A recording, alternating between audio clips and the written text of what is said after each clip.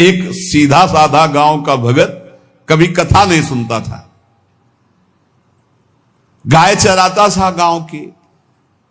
तो एक दिन और गोपाल जो गाय चराने वाले थे उन्होंने कहा, यार कभी तो कथा सुन लो, रात दिन पशुओं के पीछे घूमते हो, पशु बुद्धि, कभी तो कथा सुन लो। तो एक दिन सोचा दोपहर के भोजन गांव में पाएंगे जाके अपने घर में, और कथा हो रही वहीं से निकल लेंगे, जो सुन लेंगे तो सुन लेंगे। खड़े खड़े वहां चर्चा चल रही थी, जिसने मनुष्य जन्म लेकर के गुरु मंत्र नहीं लिया और नाम जब भगवान का नहीं किया, उसका जीवन मुर्दा, व्यर्थ जीवन। चला गया सुन के, और बार बार वही दिमाग में कि पंडित जी कह रहे थे गुरु मंत्र नहीं लिया और नाम जप नहीं किया तो मुर्दा जीवन। जिन हरि भगत हृदय नहीं आनी, जीवित सौ समानते प्राणी। दूसरे दिन फिर गया, कहा पंडित जी आपने कल कथा में कहा था गुरु मंत्र ले लेना चाहिए, नहीं तो जीवन मुर्दा हो जाता है, बेकार जीवन रहता है। तो देव गुरु मंत्र आप, और तो हम किसी को जानते नहीं। देखा फटा पुराना कपड़ा, डंडा लिए एक चरवाहा। उनका ऐसे थोड़ी कि तुरंत गुरु मंत्र दे दिया जाता है, आखिरी दिन कथा के मिलना फिर दे देंगे, टाल दिया। अब वो आखिरी दिन कथा के तो दिन चढ़ावा चढ़ रहा था, तो पंडित जी ने कहा जब चलें तब ले लेना गुरु मंत्र, टाल दिया।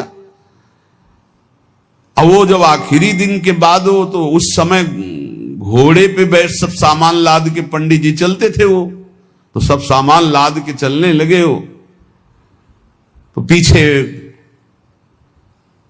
पंडित जी आप जो कह रहे थे कि गुरु मंत्र देंगे, आप गुरु मंत्र दे दीजिए।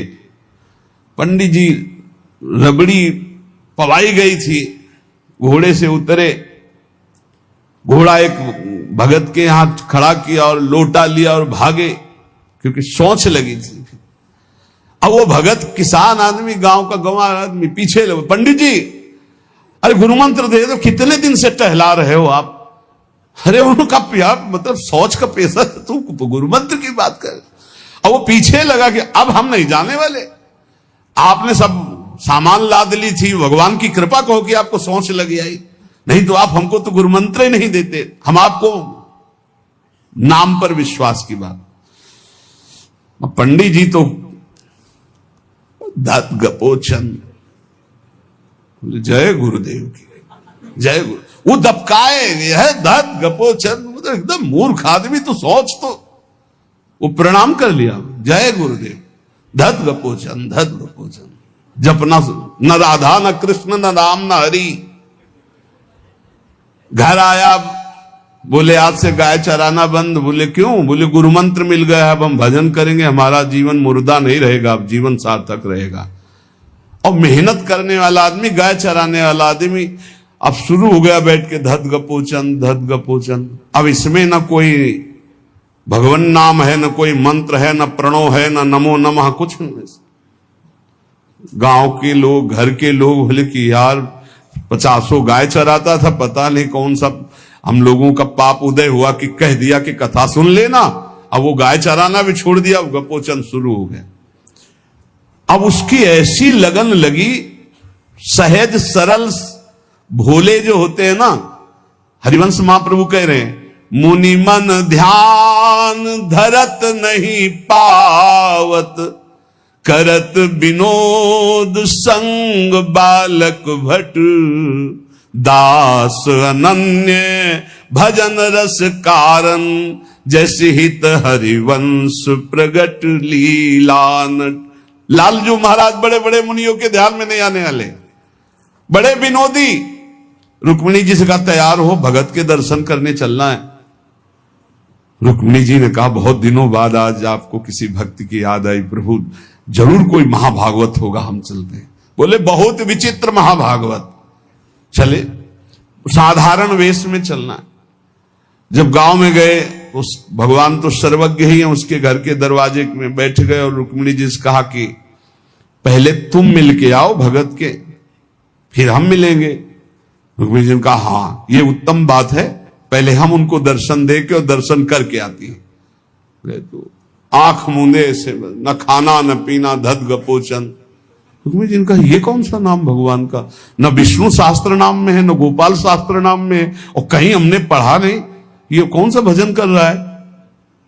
कहे किसका भजन कर रहे हो, चुप रहा। फिर किसका भजन कर, 2-3 बार तो गुस्सा के आंख खोला, देखा कोई स्त्री, तो बोले तुम्हारे खसम का भजन कर रहे हैं, और किसका कर रहे हैं।